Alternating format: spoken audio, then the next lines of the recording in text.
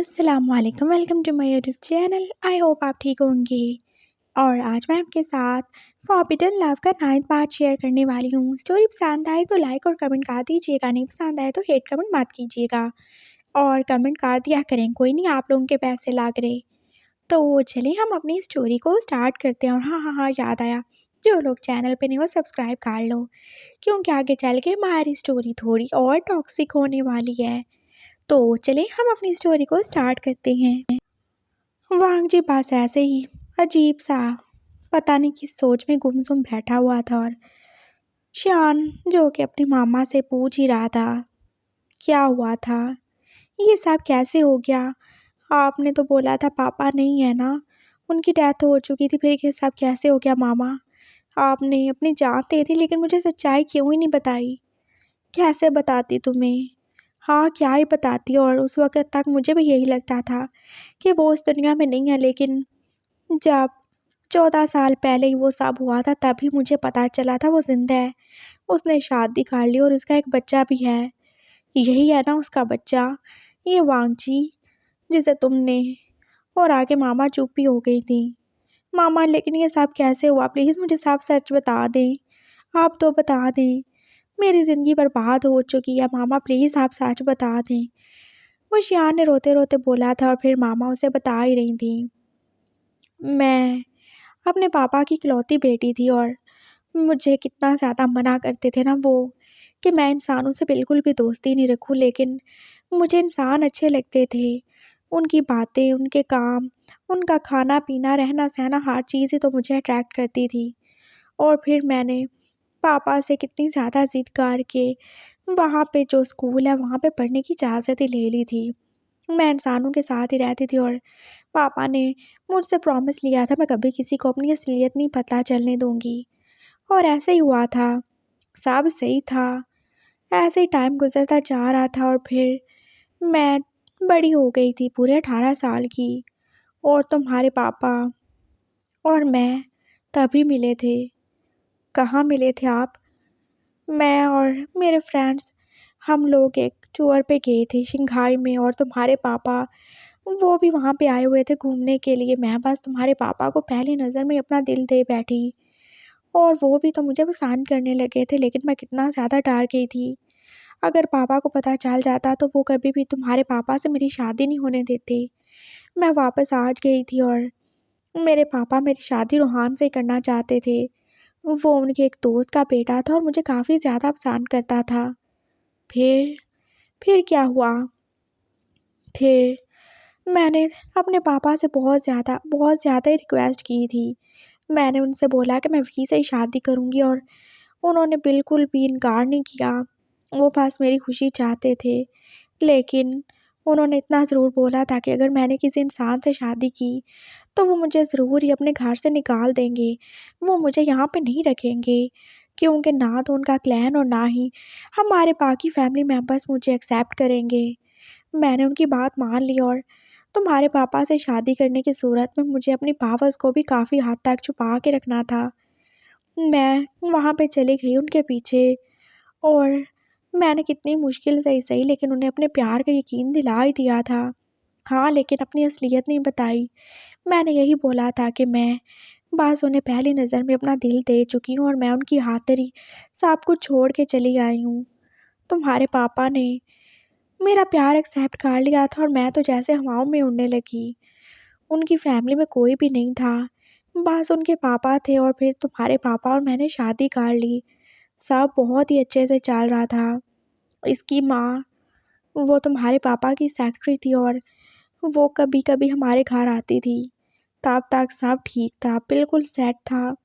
और फिर एक दिन बस ऐसे ही अचानक ही मेरी असलियत तुम्हारे पापा के सामने आ ही गई। उन्हें पता चल गया कि मैं इंसान नहीं हूँ। तो क्या उन्होंने आपको छोड़ दिया? हाँ, वो काफ़ी ज़्यादा ही डर गए थे।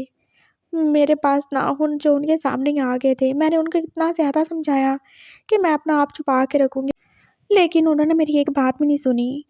उन्होंने बोला कि मैं यहाँ से चली जाऊँ, उनके घर से निकल जाऊँ। तब मैं प्रेग्नेंट थी, और मैं तुम्हारे पापा को यही तो गुड न्यूज़ देने आ रही थी ना कि तुम आने वाले थे दुनिया में।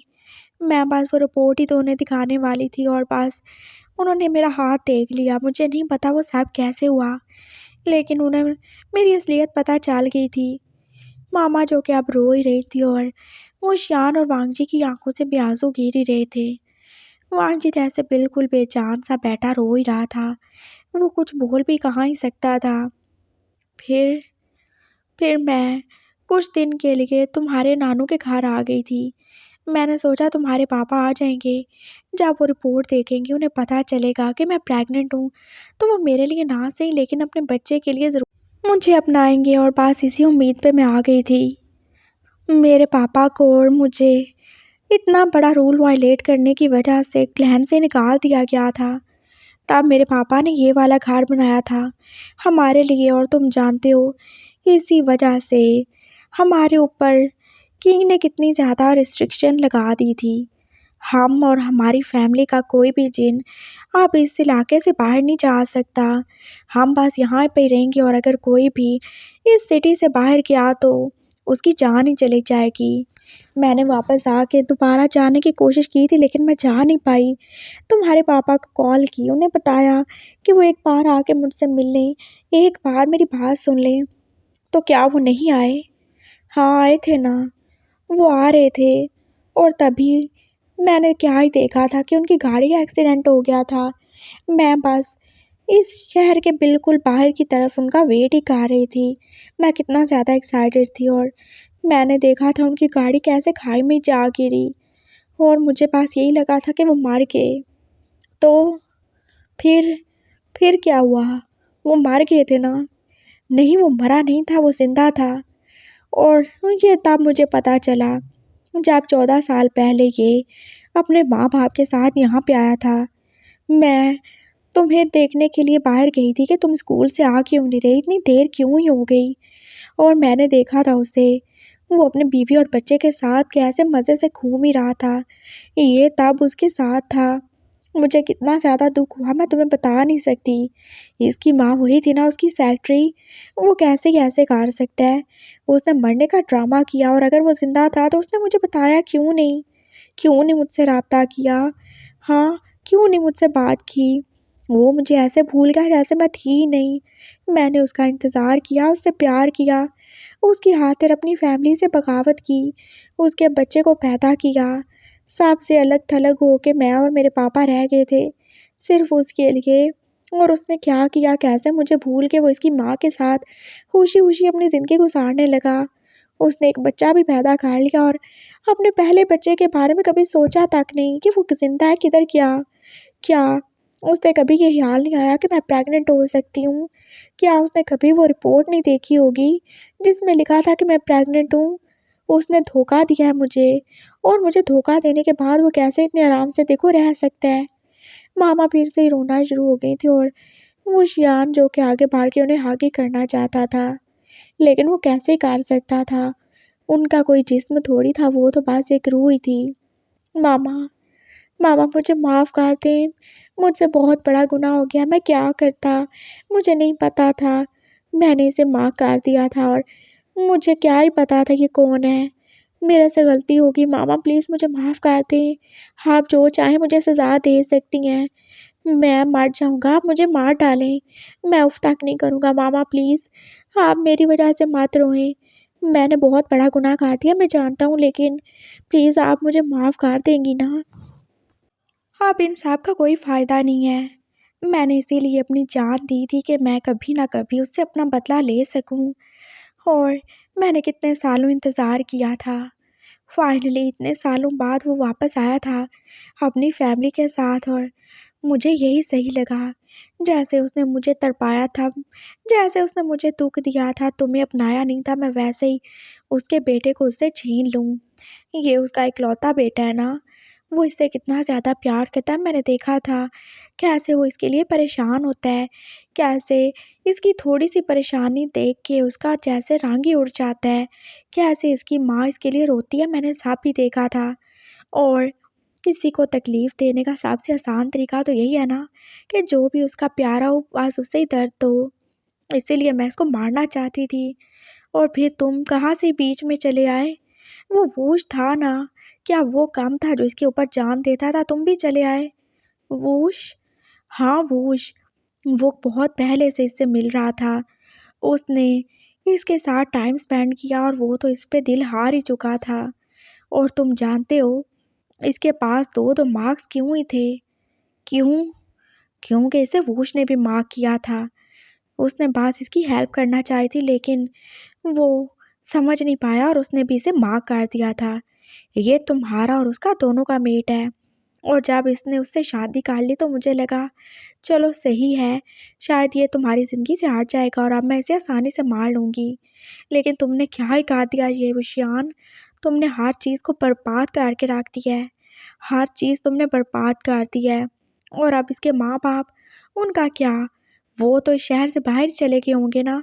मैं वहाँ पे नहीं जा सकती। मैं कैसे मारूंगी उसे? मैं कैसे बदला लूँगी अपना? बोलो, मेरी रूह को कैसे सुकून मिलेगा? कैसे? मैं ऐसे भटकती रहूँगी क्या? बोलो। मामा फिर से रो ही रही थी और तभी वेंडिंग ने जैसे ज़ोर से दरवाजे पे नॉक ही किया था।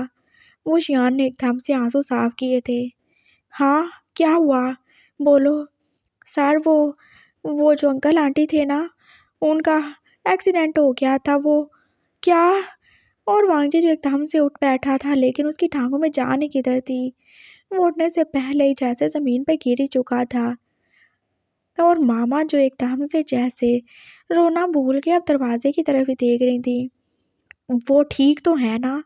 वो शियान ने पूछा था। सर, मुझे नहीं पता, लेकिन अभी अभी कॉल आई थी और बस यही सुना था कि आंटी जो है वो बहुत ज़्यादा शदीद ज़ख्मी है और अंकल वो तो शायद अभी हॉस्पिटल में, अब पता नहीं वो बचेंगे कि नहीं बचेंगे। वांग जी जो बस वहाँ पे ज़मीन पे गिरा अब रो ही रहा था और मामा जो क्या खुशी से बाहर हंसे जा रही थी। देखा तुमने लड़के, देखा तुमने विशान, इसे कहते हैं कुदरत का इंतकाम। मैं उसे नहीं मार सकी, मैंने उससे बदला नहीं लिया, लेकिन देखो खुदा बहुत ज़्यादा इंसाफ करने वाला है। उसने मेरा दिल तोड़ा, उसने अपने बेटे को छोड़ दिया, उसने धोखा दिया और देखो आज, हाँ वो ज़रूर ही मर जाएगा। मैं तुम्हें बता नहीं सकती मैं कितनी ज़्यादा खुश हूँ। मैं जा रही हूँ अब। लेकिन मामा प्लीज़ ऐसे नहीं जाए ना। नहीं, मैं जा रही हूँ। मेरा काम पूरा हो चुका है और जब खुदा ने मेरा बदला ले लिया है तो मैं कौन ही होती हूँ किसी की जान लेने वाली। और अब बाकी का बदला तुम लोगे। क्या मतलब मामा? हाँ तुम लोगे। इसे मार देना। मामा प्लीज़ ऐसे नहीं बोले। मैं कितना बुरा हो जाऊंगा, आप जानते हैं मैं किसी को मार नहीं सकता। मैंने इससे वादा किया कि मैं इसकी जान बचाऊंगा। मैं इसका कातिल नहीं बन सकता मामा। ये कोई भी होगा, लेकिन इसका क्या कसूर है ना? अगर पापा ने बुरा किया तो इसका तो कोई कसूर नहीं है। कोई यहूद से उनके घर थोड़ी पैदा हो गया था ना मामा। ऐसा नहीं बोले ना। मैं इसे छोड़ दूंगा, ये अपनी ज़िंदगी जिएगा ना मामा। बिल्कुल नहीं। ये कोई भी मासूम नहीं है, तुम इस पे तरस मत खाओ। ये उसी का बेटा है और खून कभी भी अपने असल के खिलाफ नहीं जाता। ये उसी का बेटा है। तुम क्या चाहते हो? तुम अपनी भाई को अपनी बीवी बना के रखना चाहते हो? हाँ बोलो। इसे अपने बिस्तर पे देखना चाहते हो तुम? और इसके अलावा और तुम क्या चाहते हो? तुम्हारी इज्जत, तुम्हारी गैरत क्या मर गई है? तुम अपनी माँ के कातल के बेटे के साथ रहोगे? तुम उसके साथ बेड शेयर करोगे, ये जानते हुए कि वो तुम्हारा भाई है, और तुम उसे वूश के साथ शेयर करोगे? बोलो, ये करोगे तुम? मामा ने बोला और वो शान जैसे चुप ही हो गया। मामा, हाँ, मुझे ख्याल आया, ये बहुत अच्छा है। क्या? क्या ही अच्छा है? तुम इसे मारना नहीं ना चाहते वुशियान, तो इसकी ज़िंदगी को मौत से ज़्यादा बुरा बना दो। हाँ बिल्कुल, ये तुम्हारी वाइफ नहीं बन सकता, लेकिन ये वूश की तो है। और मुझे बहुत ज़्यादा अच्छा लगेगा अगर तुम इसे टॉर्चर करोगे, इससे दुनिया में जहन्नुम दिखा दोगे तो। बस और कुछ नहीं। मत मारना इसे। मैं जानती हूँ मेरा बेटा किसी की जान नहीं ले सकता, वो बहुत ज़्यादा अच्छा है, उसमें इंसानियत का खून है। लेकिन तुम्हें इसकी ज़िंदगी को बस मौत से भी ज़्यादा बुरा बनाना होगा। क्या तुम अपनी माँ के लिए इतना नहीं कर सकते? उसकी रूह को सुकून देने के लिए क्या तुम ये नहीं करोगे? मैं सब करूँगा मामा, और आप फिक्र नहीं करें। हाँ, मैं इसकी जान नहीं ले सकता, लेकिन मैं आपसे वादा करता हूँ ये बस पल पल मौत ही मांगेगा।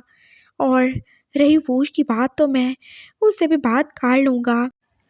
I love you वुशियान। मामा जो उसके पास ही हुई थी और वुशियान को जैसे अपने फोरहेड पे एक ठंडी सी सांस ही फील हुई थी। हाँ, लेकिन वो सांस कहाँ थी, वो तो बस थोड़ा सा हवा का झोंका ही था जो कि चला ही गया था और मामा अब हमेशा के लिए जा ही चुकी थी। वुशियान ने मुड़कर नफरत से वांगजी की तरफ देखा था जो कि नीचे गिरा जाने कब से ही रो रहा था। रो मत, अभी तुम्हारे माँ बाप मरे नहीं हैं और जब तक वो मर नहीं जाते अपने आंसुओं को संभाल के रखो। वो आपके भी तो पापा है ना, आप ऐसे कैसे बोल सकते हैं। उसने वैसे ही बोला था, मेरा कोई बाप नहीं है, मेरी पास माँ है और मेरे नानू है, उसके अलावा कोई भी नहीं है। मेरी ज़िंदगी में बस यही दो रिश्ते हैं और कोई भी नहीं। हाँ, एक वूश है मेरा भाई और उसके अलावा मेरा कोई दोस्त नहीं है। उठ जाओ, आप ये ड्रामे करना बंद करो। तुम्हें जाना नहीं होगा क्या? तुम्हारी माँ और बाप मरने वाले हैं। उठो, शाबाश, जल्दी से रेडी हो जाओ। उसने जैसे आगे बढ़ के उसे ज़ोर से खींचा ही था और मांगजी जो उसके साथ खिंचता ही चला गया। ऐसे मत बोलें, हाँ पापा से नाराज़ होंगे, लेकिन आपने सिर्फ बड़ी मामा की बात सुनी है ना, पापा की तो नहीं ना सुनी। आप उनसे भी तो पूछ लेना, हो सकता है कोई मिसअंडरस्टैंडिंग हो, है ना। और मेरी मामा ने क्या बिगाड़ा आपका? पापा बुरे होंगे लेकिन उन्होंने तो कुछ नहीं ना किया। प्लीज़ ऐसे नहीं बोले उनके बारे में, मुझे उनके पास भेज दें प्लीज़। मैं जाना चाहता हूँ, मैं उनके पास रहना चाहता हूँ, मैं आपके पाँव पड़ता हूँ।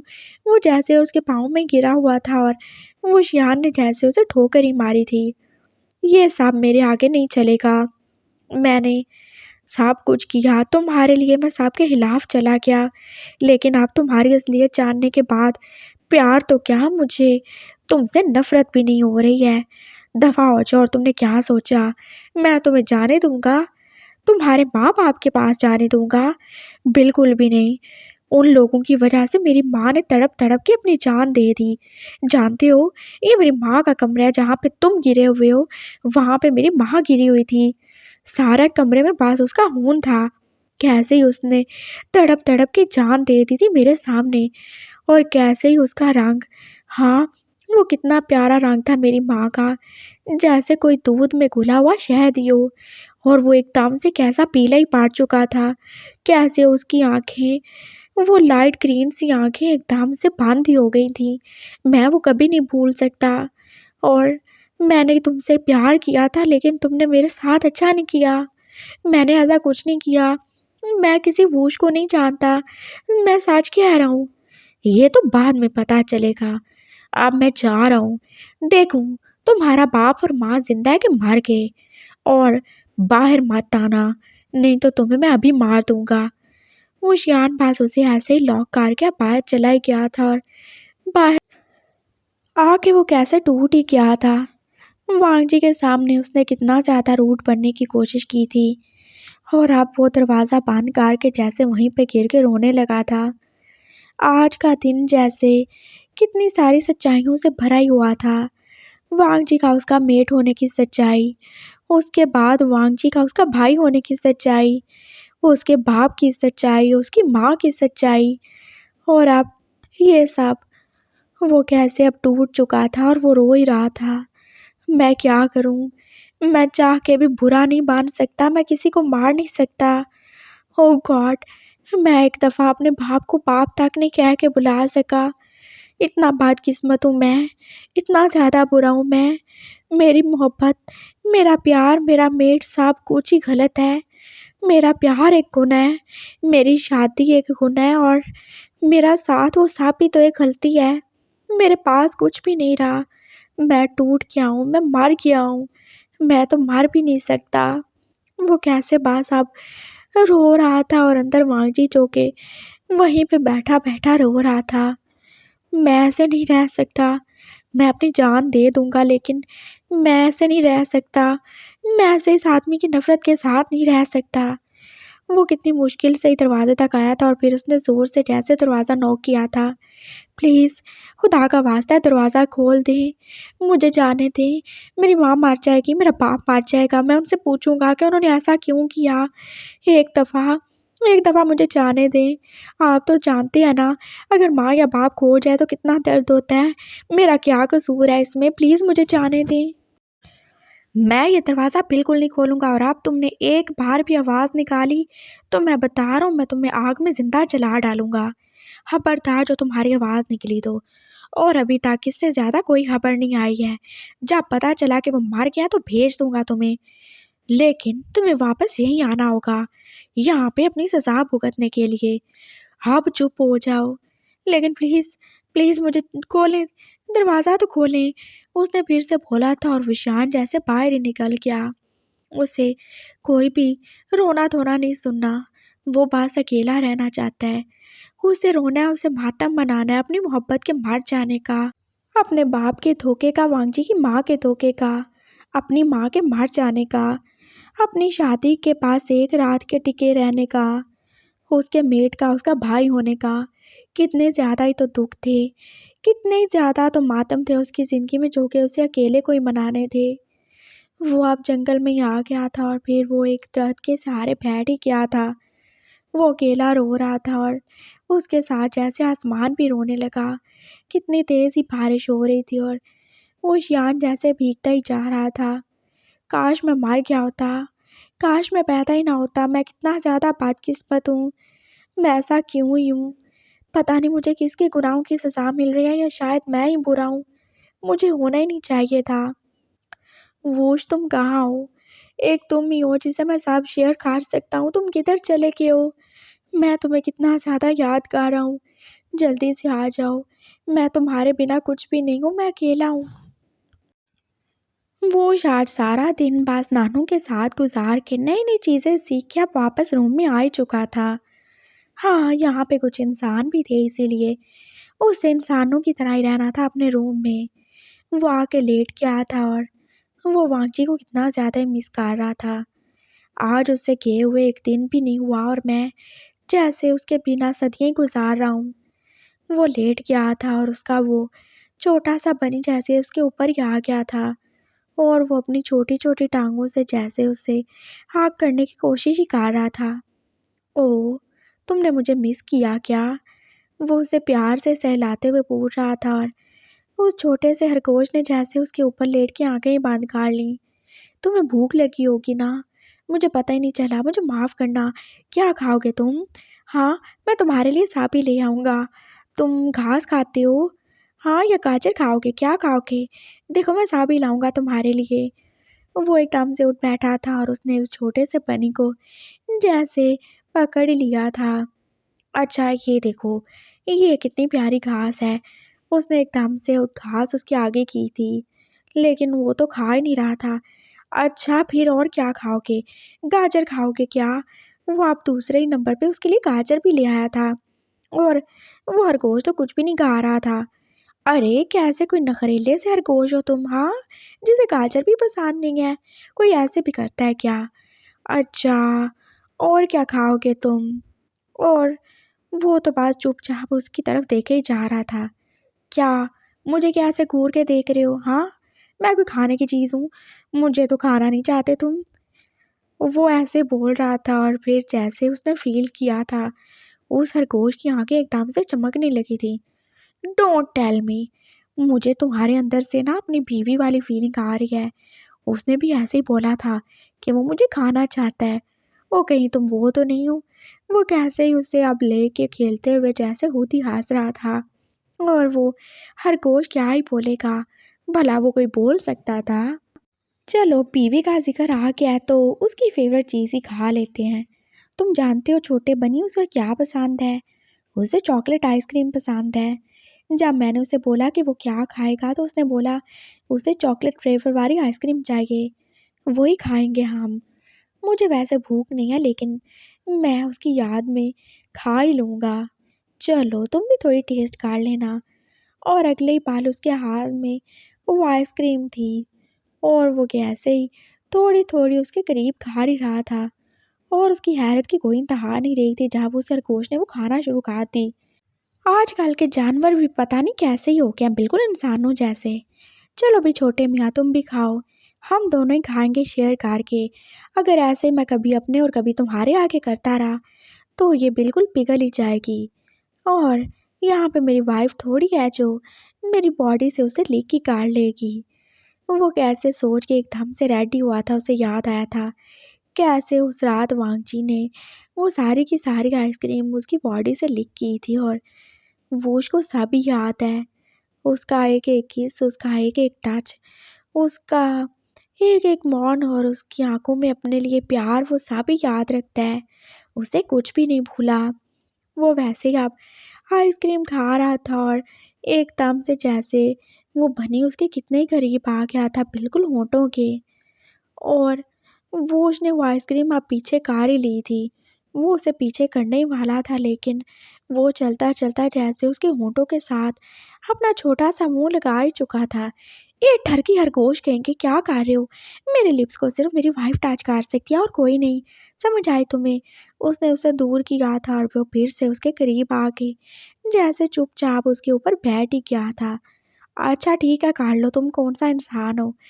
तो उसने प्यार से उसको छोटी सी किस कार ही ली थी और आइसक्रीम भी अब ख़त्म हो चुकी थी। चलो अब सो जाते हैं, काफ़ी टाइम हो गया ना, सुबह फिर जाना है ना हमें। नानू ने बोला है हम सुबह और ज़्यादा स्पेल सीखेंगे। और तुम दुआ करो नानू मुझे कोई ऐसा स्पेल सिखा दें जिससे मैं कभी भी उशियान की बॉडी से अपनी मर्ज़ी से निकल सकूं और मैं इससे आज़ाद हो जाऊं, जो मैं उसके हुक्म का ग़ुलाम हूँ। करोगे ना? वैसे ही उससे पास प्यार से सहलाते हुए अपने ऊपर लिटा के जैसे सोने ही वाला था, उसने उसे आग ही काट लिया था। वो छोटा सा गोश्त उसके एक हाथ में भी आ सकता था। और थोड़ी देर के बाद वो सो ही गया था। उसे काफ़ी ज़्यादा अच्छी नींद आ रही थी, जब एकदम से वो उठ ही बैठा और उसके साथ उसका बनी भी। मुझे वो बुला रहा है, वो दुखी है, वो ठीक नहीं है, मुझे जाना होगा। वो जल्दी से उठा था और उसने उस बनिस को भी ले ही लिया था। वो दूसरे रूम में नानू के पास आया था और फिर उसने नॉक किया था। क्या मौत पाड़ गई अब तुम्हें? हाँ जाके सोते क्यों नहीं हो? दिन को तो तुम बड़ा थके हुए थे, नानू ने अंदर से नाराज़ होकर बोला था। नानू वो फुशियान ठीक नहीं है, वो मुझे बुला रहा है, मैं फील कर सकता हूँ, वो बहुत ज़्यादा दुखी है, क्या मैं चला जाऊँ? और नानू ने एकदम से दरवाज़ा ही खोला था। क्या बोले जा रहे हो तुम? हाँ नानू, वो बहुत ज़्यादा दुखी और बहुत ज़्यादा परेशान सा मुझे लग रहा है, मैं क्या करूँ? मैं चला जाऊँ क्या? और नानू ने जैसे एकदम से उसकी आंखों में पाड़ ही लिया था। वो सही तो कह रहा था। हाँ बिल्कुल, तुम चले जाओ, मैं उसे अकेला छोड़ के चला आया था। मुझे लगता है वो ज़रूर ही परेशान होगा और शायद वो उस ईवल स्पिरिट को काबू नहीं कर पाया, इस वजह से वो काफ़ी ज़्यादा दुखी लग रहा है। मैं चलता हूँ, मुझे पास जाना होगा। उसने जल्दी से उस बनी को अपने साथ ही ले लिया था और अब वो बस जल्दी से जैसे भाग ही रहा था। वो उस जंगल से भाग के बस 30 मिनट के अंदर तो वहाँ पे पहुँच ही सकता था, जितनी उसकी स्पीड थी। उसे कोई किसी और चीज़ की ज़रूरत नहीं है।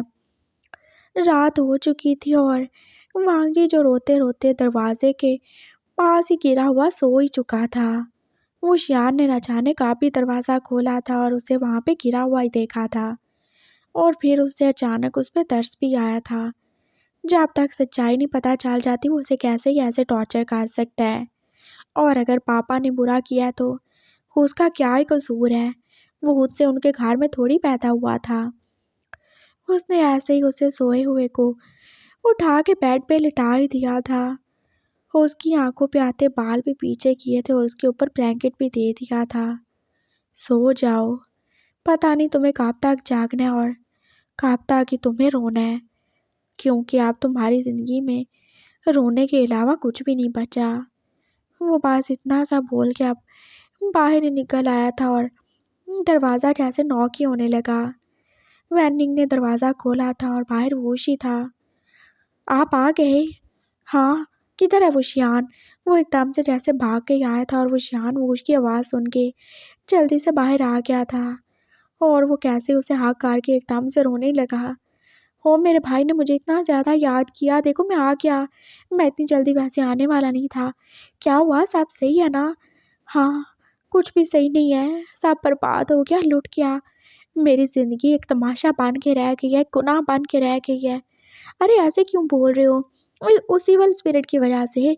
देखो मैं हूँ ना, मैं अभी उसे काबू कर लूँगा, हम उसे जार में बंद कर देंगे। कहाँ पे है वो? और तुम्हारा क्लाइंट किधर है? वो उसने जल्दी से पूछा था और उषान के आंसू भी साफ किए थे। वो इवल स्पिरिट नहीं थी, वो मामा थी। क्या? हाँ, वो मामा थी। और मामा किसके पीछे थी? भांगजी के। वो शियान ने बोला था और जैसे वो छोटा सा बनिया वो उसके हाथ से गिरने ही वाला था। उसने जल्दी से उसे पकड़ लिया, अगर वो गिर जाता तो। क्या बोल रहे हो तुम? भांगजी, वो किधर है? मैं बताता हूँ तुम्हें। वो उसे लेके बैठ गया था और फिर उसने सारी सच्चाई उसे बता ही दी थी। और वूश, जो कितना ज़्यादा परेशान था, बेकदम जैसे उसकी आंखों से आग ही निकल रही थी। तुमने वांगजी से शादी कर ली? हाँ। तुम ऐसे कैसे कर सकते हो वुशियान? वो मेरी वाइफ था, मेरा प्यार था, मैंने उससे शादी की थी ना, तुम ऐसे नहीं कर सकते ना मेरे साथ। आई एम सॉरी वूश, मुझे बिल्कुल नहीं पता था और ना ही उसने मुझे बताया। मैं क्या करता? मुझे बस उसको बचाना था, अगर मैं उसे पावर नहीं देता तो वो मर जाता। मुझे लगा वो इवल स्पिरिट, आई मीन मामा नहीं है, वो कोई उसका मेट है जो शायद मर चुका है और उसे अपने साथ लेके जाना चाहता है। मैं बस उसे बचाना चाहता था। उसने 2 बार अपनी जान लेने की कोशिश की। उसने अपने माँ बाप के ऊपर अटैक किया और तुम जानते हो अब भी उसके माँ बाप हॉस्पिटल में है। उसकी माँ जो कि बहुत ज़्यादा क्रिटिकल है और उसका बाप जो कि कोमा में है। पता नहीं बचेगा कि नहीं बचेगा। तुम ऐसे कैसे बोल रहे हो वशियान? वो तुम्हारा भी तो बाप है। मेरा कोई बाप नहीं है, मेरी पास माँ थी जो मर चुकी है। और हाँ, अब तुम फैसला करो, क्या तुम्हें वो चाहिए या मैं उसे मार दूँ? मतलब?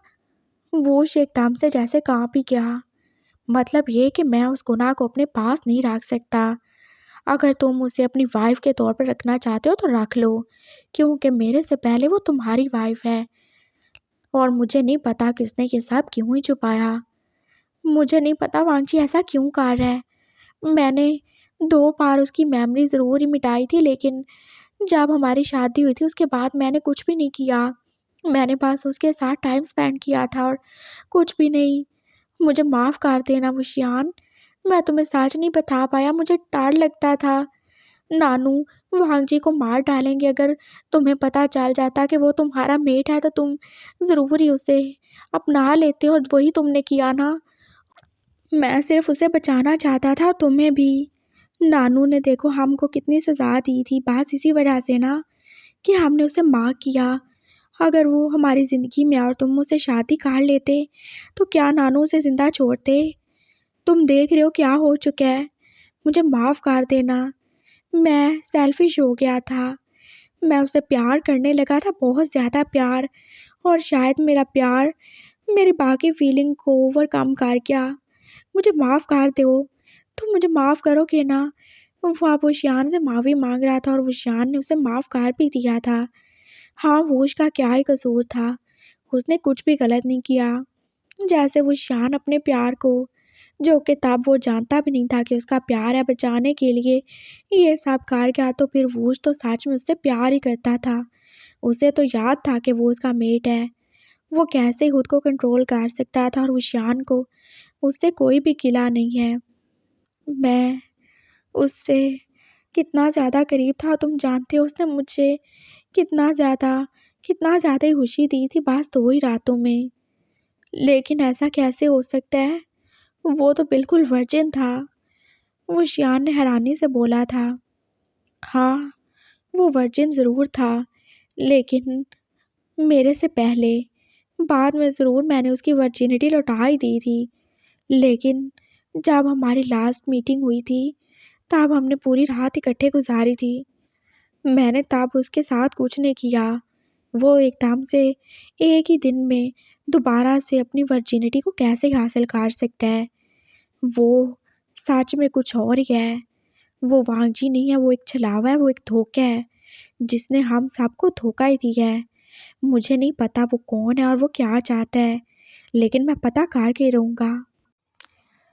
वो अभी बातें ही कर रहे थे कि वांगजी एकदम से उठ के आके दरवाजे पे खड़ा हो गया। और वो अपने सामने क्या ही देख रहा था। दो दो वुशियान।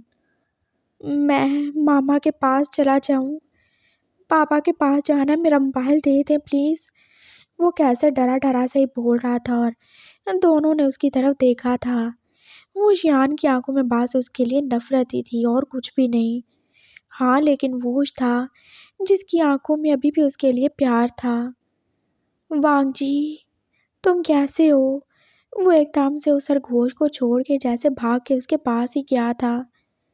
मैं ठीक हूँ, आप कौन है?